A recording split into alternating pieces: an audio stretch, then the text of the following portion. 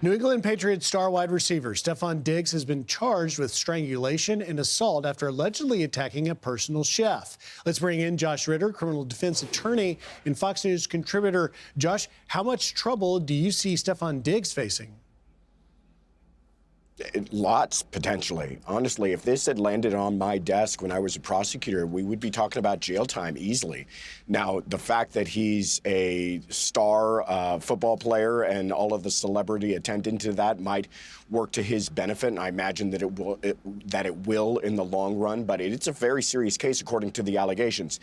That all being said, there is one issue here, if I'm analyzing this as a former prosecutor, is that this crime was alleged several weeks after when it allegedly took place.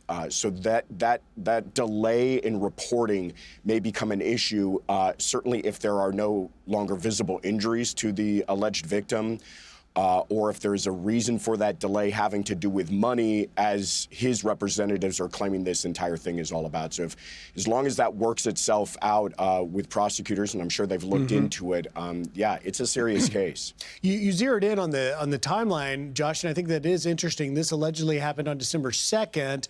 The accuser doesn't really decide to bring charges to go public until the 23rd. In the police report, it says, alleges that Diggs slapped her across the face and put her in a chokehold with the crook of his elbow. The Patriots organization, by the way, are standing by Stefon Diggs. They issued a statement saying the New England Patriots are aware of the accusations that have been made regarding Stefon Diggs. Stefon has informed the organization that he categorically denies the allegations. We support Stefon. We will continue to gather information and will cooperate fully with the appropriate authorities in the NFL as necessary. It's unclear, Josh, whether or not Diggs might be in some way punished by the NFL and not be allowed to play in the playoffs. Now, the arraignment is set to happen 2 days before the AFC Championship. Where do you see that going?